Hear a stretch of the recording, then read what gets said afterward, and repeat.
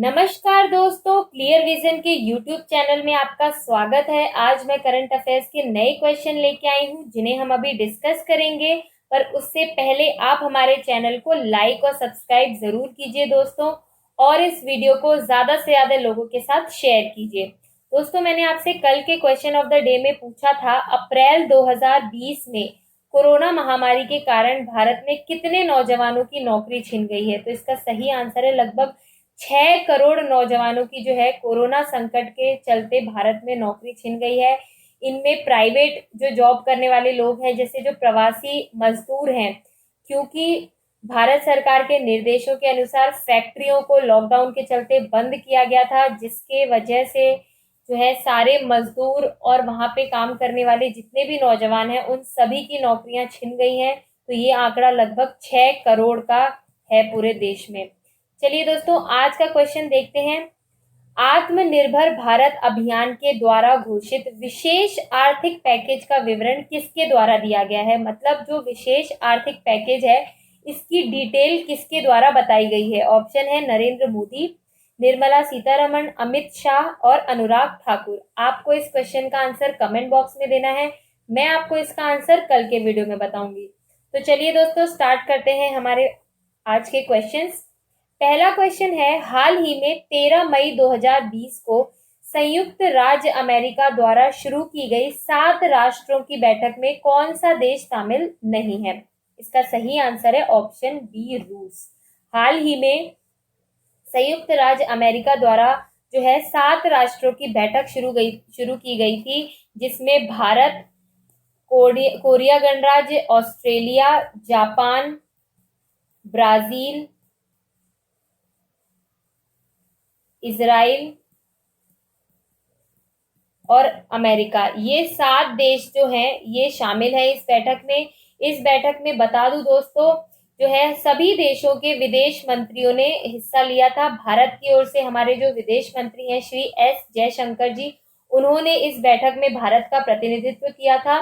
ये जो बैठक है इसमें निर्देश दिए गए थे कि ताइवान को WHO संगठन में पर्यवेक्षक बनाने की जो है रणनीति तैयार की जाए। और ये बैठक इसलिए भी की गई थी क्योंकि जापान जो है वो मई 2020 में अपना कार्यकाल WHO का पूरा कर रहा है, और नेक्स्ट जो कार्यकाल है वो भारत का होगा। मतलब अब जो WHO का जो नेक्स्ट कुर्सी संभालनी है जिसे, वो देश भारत होगा। और ये जो कार्य है ये इसे 3 साल तक जो है ये कार्य करना होगा। WHO का जो नेतृत्व है वो भारत करेगा अब अगले 3 सालों तक।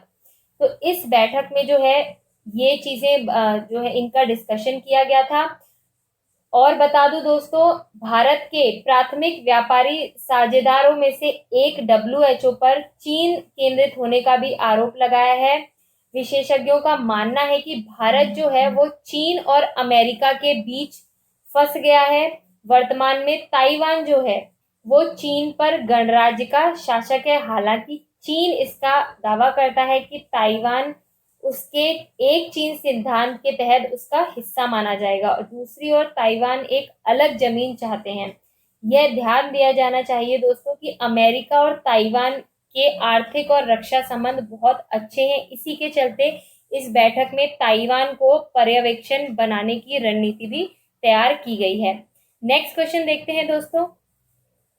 हाल ही में ग्लोबल इकोनॉमिक फोरम ने ग्लोबल एनर्जी ट्रांजिशन इंडेक्स यानी कि GET जारी किया है। इसमें भारत का कौन सा स्थान है। तो इसका सही आंसर है ऑप्शन ए, 74 या 74वां स्थान है भारत का। बता दूं, इसमें कुल 115 देशों का जो है सर्वेक्षण किया गया था वर्ल्ड इकोनॉमिक फोरम ने। ग्लोबल इकोनॉमिक फोरम की जो है इसने सर्वेक्षण किया था।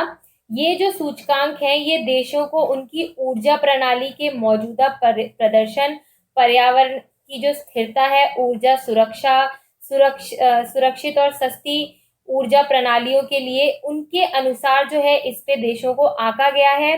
बता दो दोस्तों, भारत जो है उसने भी ऊर्जा सुरक्षा, विकास और पर्यावरणीय स्थिरता जैसे मापदंडों में सुधार करके 74वीं जो स्थान है वो हासिल किया है। इस जो सूची है इसमें फ्रांस को 8वां स्थान मिला है, यूके को जो है 7वां स्थान मिला है, फ्रांस को 8वां स्थान मिला है। और बता दूं, इसमें तीसरे वर्ष रैंकिंग में शीर्ष स्थान जो है वो हासिल किया है स्वीडन ने। स्वीडन ने जो है इस इंडेक्स में, इस लिस्ट में सबसे पहला स्थान हासिल किया है। स्विट्जरलैंड और फिनलैंड ने जो है दूसरा और तीसरा स्थान हासिल किया है। स्विट्जरलैंड और फिनलैंड, इसने दूसरा और तीसरा स्थान हासिल किया है। बता दूं दोस्तों, अमेरिका जो है, अमेरिका ने इस सूची में 10वें स्थान से भी नीचे स्थान पर अमेरिका आ चुका है। और बता दें, इस रैंकिंग के अनुसार भारत और चीन दुनिया में मांग के उभरते केंद्र बताए जा रहे हैं। इस रिपोर्ट में ये भी बताया गया है कि भारत ने अपने ऊर्जा कार्यक्रम का विस्तार करने के लिए काफी ज्यादा सुधार किया है। और इसके अलावा भारत कुछ गिने चुने देशों में से ही है जिन्होंने 2015 से लगातार प्रगति ही की है इस इंडेक्स में। मतलब उनकी रैंक जो है कभी गिरी नहीं है इस इंडेक्स में। 2015 यानी पिछले 5 सालों से भारत जो है वो हमेशा सुधार ही करता आ रहा है। नेक्स्ट क्वेश्चन देखते हैं दोस्तों। हाल ही में प्रधानमंत्री कार्यालय ने पीएम केयर फंड से कितनी राशि देने की घोषणा की है? इसका सही आंसर है ऑप्शन सी, 3100 करोड़ रुपए की जो है हाल ही में घोषणा की गई है। बता दूं दोस्तों, इस राशि में से जो है 2000 करोड़ रुपए के वेंटिलेटर जो है वो बनाए, वेंटिलेटर की खरीद की जाएगी ताकि कोरोना से लोगों को जो है मदद मिल सके। और 1000 करोड़ रुपए जो हैं वो प्रवासी मजदूरों के कल्याण के लिए यूज में लिए जाएंगे। तो ये 1000 करोड़ जो है ये प्रवासी मजदूरों को के कल्याण के लिए दिए जाएंगे। और 100 करोड़ रुपए जो हैं इससे कोरोना की वैक्सीन बनाने के लिए ये रुपए उपयोग में लाए जाएंगे। तो इस तरीके से इस राशि का जो है आवंटन किया गया है। टोटल 3100 करोड़ रुपए होते हैं, 1000, 2000 और 100। इस हिसाब से इन्होंने जो है इसका आवंटन किया है ताकि हर एक क्षेत्र में जो है लोगों की मदद की जा सके। नेक्स्ट क्वेश्चन देखते हैं दोस्तों। हाल ही में सीबीएसई बोर्ड का अध्यक्ष किसे नियुक्त किया गया है? इसका सही आंसर है ऑप्शन डी, मनोज आहूजा को। हाल ही में मनोज आहूजा जो कि 1990 बैच के आईएएस अधिकारी हैं, ये उड़ीसा कैडर के आईएएस अधिकारी हैं। इन्होंने अनीता करवाल जो हाल ही में सीबीएसई बोर्ड की अध्यक्ष थी, इनका स्थान लिया है मनोज आहूजा ने। बता दूं, मनोज आहूजा जो हैं ये वर्तमान में लाल बहादुर शास्त्री राष्ट्रीय प्रशासन अकादमी मसूरी के जो निदेशक, विशेष निदेशक के रूप में जो है कार्यरत थे, पर अब इन्हें सीबीएसई बोर्ड का जो है अध्यक्ष चुना गया है। नेक्स्ट क्वेश्चन देखते हैं दोस्तों। हाल ही में केंद्र सरकार के फैसले के अनुसार अब कितनी रकम तक के सरकारी टेंडर में विदेशी कंपनियां हिस्सा नहीं ले सकेंगी? इसका सही आंसर है ऑप्शन ए, 200 करोड़। हाल ही में प्रधानमंत्री मोदी के द्वारा जो आत्मनिर्भर भारत अभियान की घोषणा की गई थी, उसमें ये बताया गया है कि अब देश में जितने भी सरकारी टेंडर होंगे जो 200 करोड़ रुपए तक के होंगे, 1 से लेकर 200 करोड़ रुपए तक के जितने भी टेंडर हैं वो स्वदेशी कंपनियों को दिए जाएंगे। जितनी भी भारतीय मूल की कंपनियां हैं उन्हें वो टेंडर मिलेंगे। विदेशी कंपनियां हैं वो 200 करोड़ के बाद की जो राशि है, 200 करोड़ रुपए से अधिक राशि के जो टेंडर हैं उसमें ही हिस्सा ले सकेंगी और उन पे ही काम कर सकेंगी। इससे कम राशि पे सिर्फ स्वदेशी कंपनियां ही काम कर सकेंगी। ये जो कदम है ये एमएसएमई जो कि हमारे देश के लघु उद्योग, मध्यम उद्योग और छोटे उद्योग जिसमें आते हैं, इनके व्यवसाय को बढ़ाने के लिए ये कदम उठाया गया है। सिर्फ देशी कंपनियां ही इन टेंडरों में भाग ले सकेंगी ताकि भारत जो है आत्मनिर्भर बन सके। नेक्स्ट क्वेश्चन देखते हैं दोस्तों। हाल ही में किस राज्य के प्रसिद्ध तौलिया रुमाल बुनाई को जीआई टैग मिला है? बता दूं, जीआई टैग का मतलब होता है दोस्तों जियोग्राफिकल आइडेंटिफिकेशन। मतलब इन्हें जो है मैप पे दर्शाया जाएगा, तौलिया रुमाल जहां जहां पे ये बुनाई की जाती है वहां वहां जियोग्राफिकल आइडेंटिफिकेशन इन्हें दिया जाएगा। तो इसका सही आंसर है ऑप्शन बी, तेलंगाना। बता दूं दोस्तों, तेलंगाना में तौलिया रुमाल की शुरुआत हुई थी, जो कि उस समय आंध्र प्रदेश का भाग था। आंध्र प्रदेश के चिराला में इसकी शुरुआत की गई थी और इसे बनाने के लिए कपड़े में कॉटन लूम के साथ जो है हाथों से बुनाई की जाती है। ये एक पारंपरिक हथकरघा प्रक्रिया का उपयोग करके बनाया जाता है। इसमें मेनली जिन कलर का यूज होता है, जिन रंगों का यूज होता है, वो है लाल, काला और सफेद। इस बुनाई में मुख्यतः इन्हीं तीनों रंगों का जो है प्रयोग किया जाता है।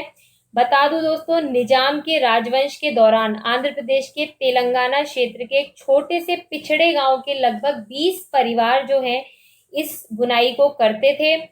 और ये जो तौलिया रुमाल है, इसे अजमेर में दरगाह शरीफ पे भी चढ़ाया जाता है। ये जो चादर है वो इसी तौलिया रुमाल बुनाई की जो कढ़ाई है उससे बनाई जाती है। हैदराबाद के निजाम की तत्कालीन अदालत में भी जो राजकुमारियां थीं उनके द्वारा इस तौलिया रुमाल को घूंघट के रूप में भी पहना गया था। इसी के चलते इतना बड़ा इसका इतिहास है, इसी के चलते इसे जीआई टैग प्रदान किया गया है।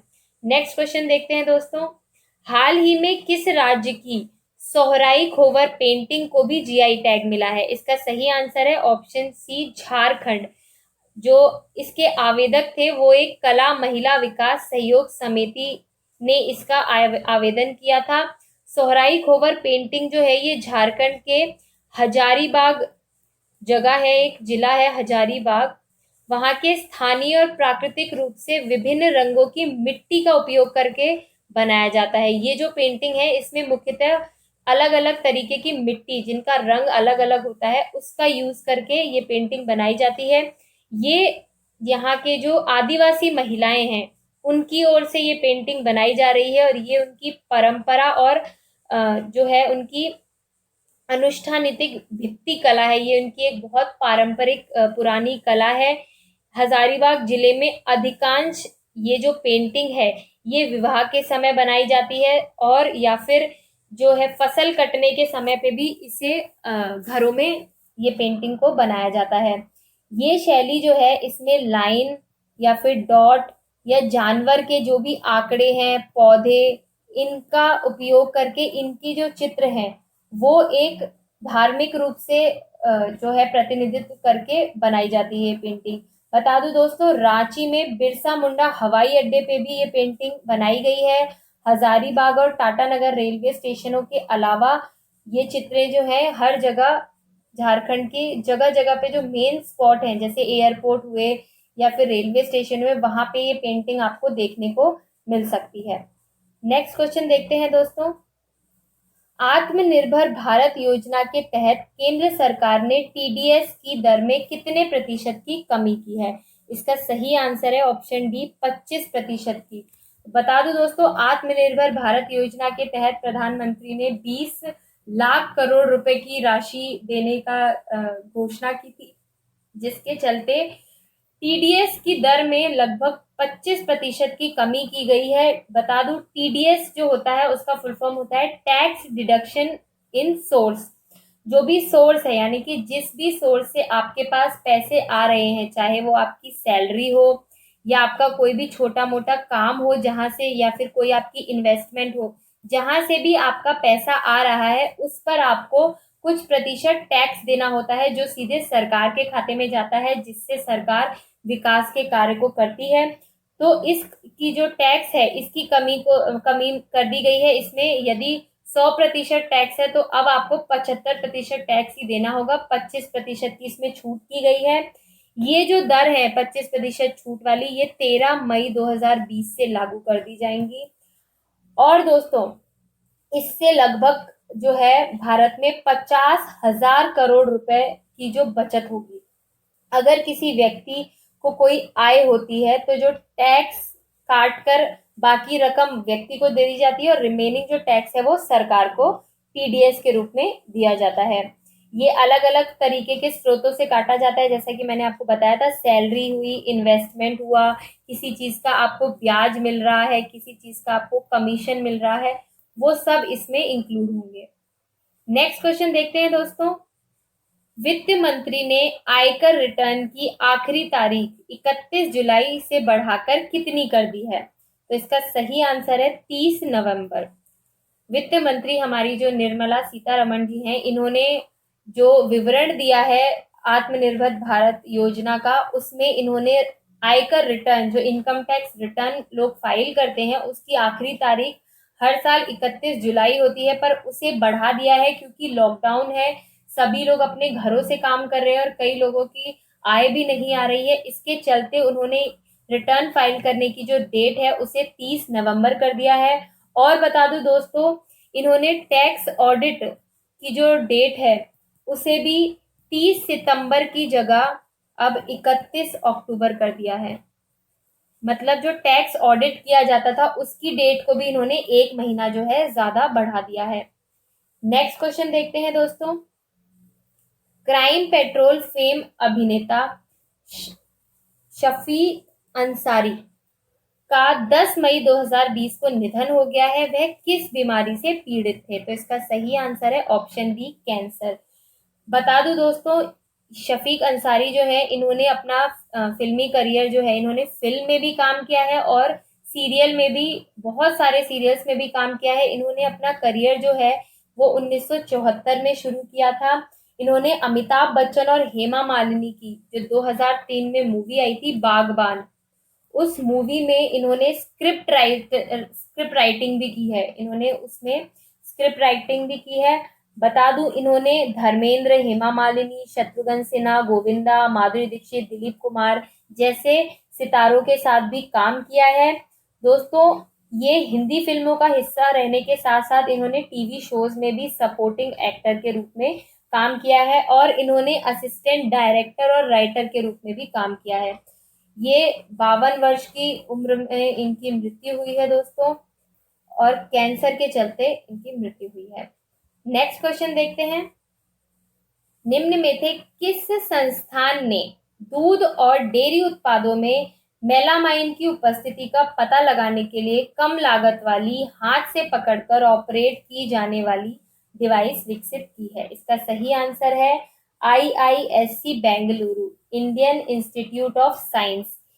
तो ये जो इंस्टीट्यूट है, इसने दूध और डेयरी के जितने भी उत्पाद होते हैं दूध से निर्मित, इसमें मेलामाइन की उपस्थिति का पता लगाने के लिए एक इजी टू ऑपरेट फ्लोरीमीटर विकसित किया है। फ्लोरीमीटर बोलते हैं इन्हें,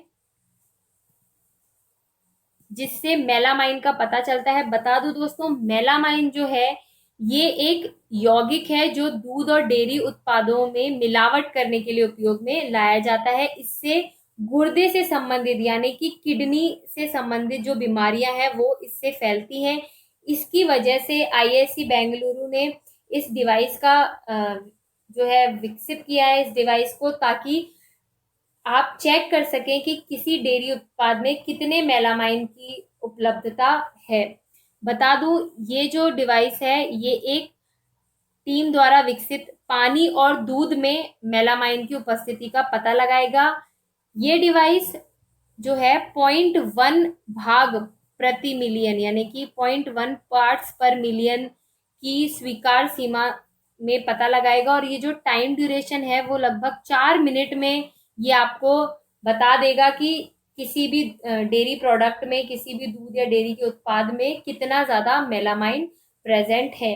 अब बता दो दोस्तों, फ्लोरीमीटर जो है इस उपकरण का उद्देश्य स्पेक्ट्रम प्रदीप्ति के मापदंडों को मापने के लिए किया जाता है, यानी कि किसी भी तरंग की इंटेंसिटी मापने के लिए। तो इसका उपयोग करके किसी भी चीज में, किसी भी द्रव्य में मात्रा का पहचान करने के लिए उपयोग में लाया जाता है। ये कॉपर नैनो करण जो होते हैं उनका उपयोग से बायोमीटर और प्रोटीन का पता लगाने के लिए भी इस फ्लोरीमीटर का उपयोग किया जा सकता है। और लेड और मर्क्यूरी जैसे अन्य पदार्थों का पता लगाने के लिए भी फ्लोरीमीटर का यूज कर सकते हैं। यानी यदि किसी दूध पदार्थ में लेड या मर्क्यूरी, Hg जिसका जो है साइन होता है Hg, इसका भी पता लगाने के लिए फ्लोरीमीटर का उपयोग कर सकते हैं। तो ये बहुत ही इजी टू यूज डिवाइस है, छोटी सी डिवाइस है जिसे आप हाथ से पकड़कर जो है अपने किसी भी दूध या डेयरी के उत्पाद में डाल सकते हैं और विद इन 4 मिनट्स, 4 मिनट के अंतराल में ये आपको रिजल्ट दे देगा। नेक्स्ट क्वेश्चन देखते हैं दोस्तों। हाल ही में Indian council for culture relation यानी कि ICCR ने कोविड-19 के खिलाफ भारत की लड़ाई को मजबूत करने के लिए कौन सा गाना जारी किया है? इसका सही आंसर है option B, united we fight. जी हाँ दोस्तों, ये जो गाना है ये जो अल्वारेस ने लिखा है और इस गीत का जो संगीत है वो पंडित रविचारी, पंडित राकेश चौरसिया और उस्ताद फैजल कुरैशी और ट्यूबी ने इसका संगीत दिया है। बता दूं दोस्तों, ये जो गाना है इसे गाया है उषा उथुप ने, सलीम मर्चेंट, शेफाली अल्वारेस, डैनी डेल, सोनम कालरा, चंदबाल कल्याण, जो अल्वारेस, सलेम और समीरा ने ये गाना गाया है। इस गाने की जो लंबाई है वो 3.3 मिनट की इसकी लंबाई है। ये जो गाना है इसके जो गायक हैं उन सभी ने सोशल डिस्टेंसिंग और लॉकडाउन के चलते अपने अपने घरों में रहकर गाने के अलग अलग हिस्सों को पहले शूट किया है और बाद में इस सारे अलग अलग वीडियोस को मिला के एक करके एक पूरा वीडियो जारी किया है जिसमें ये गाना यूनाइटेड वी फाइट लॉन्च किया है। नेक्स्ट क्वेश्चन देखते हैं दोस्तों। हाल ही में राष्ट्रीय खेल प्राधिकरण यानी कि SAI ने प्रशिक्षण पोस्ट लॉकडाउन को फिर से शुरू करने के लिए SOP तैयार करने के लिए एक समिति बनाई है। तो बताइए दोस्तों, SAI यानी कि भारतीय खेल प्राधिकरण का मुख्यालय कहाँ है? इसका सही आंसर है option C, Jawaharlal Nehru stadium, Delhi में SAI का हेडक्वार्टर है। बता दूं दोस्तों, कोरोना यानी महामारी के चलते तालाबंदी है हमारे देश में, लॉकडाउन है, पर इन्होंने जो SI है इन्होंने कई क्षेत्रों में प्रशिक्षण फिर से शुरू करने के लिए एक मापदंडों की एक सूची जारी की है जिसमें दिशा निर्देश है कि किस किस मापदंड को ध्यान में रखते हुए प्रशिक्षण फिर से शुरू किया जाना चाहिए। ये ऑनगोइंग जो कोरोना महामारी है इसके चलते ये निर्णय लिया गया था।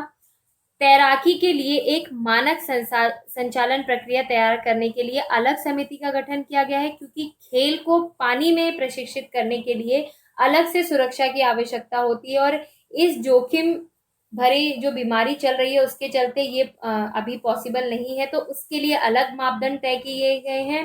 SOP में प्रवेश मापदंडों, स्वच्छता निर्देश की प्रति व्यक्ति मास्क लगाए, ग्लव्स लगाए, कॉमन क्षेत्रों में जाने की सावधानियां और यात्रा केंद्र से अपने घरों तक यात्रा करने के समय जो भी सावधानी बरती जाएगी, इन सभी के लिए दिशा निर्देश जो है जारी करने की समिति ये बनाई गई है। बता दो दोस्तों, SAI जो है इसका गठन 1984 में किया गया था। इसका हेडक्वार्टर आपको पता है नई दिल्ली में है और इसके जो अभी महानिदेशक हैं उनका नाम है संदीप प्रधान। संदीप प्रधान जो है वो प्रेजेंट में SAI के महानिदेशक हैं। नेक्स्ट क्वेश्चन देखते हैं दोस्तों। राष्ट्रीय प्रौद्योगिकी दिवस जो कि 11 मई को मनाया जाता है, इसके अवसर पर प्रौद्योगिकी विकास बोर्ड यानी कि टेक्नोलॉजी डेवलपमेंट बोर्ड TDB द्वारा कौन सी कॉन्फ्रेंस का आयोजन किया गया है? इसका सही आंसर है ऑप्शन बी, रीस्टार्ट। इसका फुल फॉर्म है reboot the economy through science and technology and research translation. ये जो आयोजन है ये एक वीडियो कॉन्फ्रेंसिंग के थ्रू ये रीस्टार्ट का आयोजन किया गया। बता दूं दोस्तों, सम्मेलन का आयोजन TDB यानी कि प्रौद्योगिकी विकास बोर्ड जो कि भारतीय उद्योग परिसंघ यानी कि CII के साथ साथ विज्ञान और प्रौद्योगिकी विभाग यानी कि DST, इसका एक स्वायत्त संगठन है ये TDB, इन दोनों ने मिलके ये कॉन्फ्रेंस लॉन्च की है। बता दूं, CII जो है ये एक गैर सरकारी लाभ रहित यानी कि NGO उद्योग आधारित उद्योग प्रबंधन संगठन है। विशेषज्ञों की राय है कि कोविड-19 के चलते R&D रिसर्च एंड डेवलपमेंट के लिए ये एक सुनहरा मौका है और भविष्य में बेहतर जो है तैयारी की जा सके महामारियों से लड़ने के लिए, उसके चलते ये कॉन्फ्रेंस जो है आयोजित की गई है। नेक्स्ट क्वेश्चन देखते हैं दोस्तों। हाल ही में शंघाई सहयोग संगठन यानी कि SCO की वीडियो कॉन्फ्रेंसिंग बैठक में भारत का प्रतिनिधित्व किसने किया है? इसका सही आंसर है option A Shri S Jaishankar, जो कि हमारे देश के विदेश मंत्री हैं। इन्होंने इस बैठक में भारत का प्रतिनिधित्व किया है। बता दूं दोस्तों, इस बैठक में चीन और पाकिस्तान के विदेश मंत्रियों ने भी हिस्सा लिया था। ये जो बैठक है, ये कोरोना के संकट और समन्वय प्रयासों पर चर्चा करने के लिए की गई थी। उन्हें संकट के सामाजिक और आर्थिक परिणामों से निपटने के तरीके के बारे में भी इस चर्चा में बताया गया है। दोस्तों बता दूं, सेंट पीटर्सबर्ग रूस शिखर सम्मेलन की भी तैयारी की चर्चा की गई है। यह जो सम्मेलन है, ये दोबारा 9 से 10 जून को मॉस्को में आयोजित किया जाना है। तो उसके बारे में भी चर्चा की गई थी कि ये अब पोस्टपोन किया जाएगा या फिर इस बैठक को वीडियो कॉन्फ्रेंसिंग के थ्रू किया जाएगा। दोस्तों, मंत्रियों ने कोविड-19 के खिलाफ लड़ाई में सूचना और विशेषज्ञता को साझा करने में भारत की जो है मदद की है। इसके अलावा 12 मई को जो है भारत में घोषित किया गया था आत्मनिर्भर भारत का जो योजना है, उस पैकेज पे भी इस बैठक में जो है चर्चा की गई थी। अब मैं बता दूं, ये जो SCO है यानी कि शंघाई कोऑपरेशन ऑर्गेनाइजेशन, इसका गठन 2003 में किया गया था। इसने 2017 में भारत और पाकिस्तान इसमें शामिल हुए थे। उसके बाद टोटल अब इसमें 8 देशों की सदस्यता है। 8 देश बता दूं, यूरेशियन महाद्वीप के जो 5वें हिस्से में आते हैं वो 8 देश हैं। इसमें नाम बता देती हूँ: भारत, तजाकिस्तान, किर्गिस्तान, चीन, रूस, पाकिस्तान और उज्बेकिस्तान। संगठन के पर्यवेक्षक राज्य जो हैं वो हैं ईरान, बेलारूस, अफगानिस्तान और मंगोलिया। तो दोस्तों, आज के क्वेश्चंस यही खत्म होते हैं। कल आपसे फिर मुलाकात होगी नए क्वेश्चंस के साथ। तब तक आप हमारे टेलीग्राम ग्रुप को भी ज्वाइन करें, जो है क्लियर विजन जयपुर के नाम से। यहाँ पे आपको करंट अफेयर के अलावा बाकी सब्जेक्ट्स की भी टेस्ट सीरीज अवेलेबल हैं। तब तक दोस्तों अपने घर पे रहिए, स्वस्थ रहिए और तैयारी करते रहिए। धन्यवाद।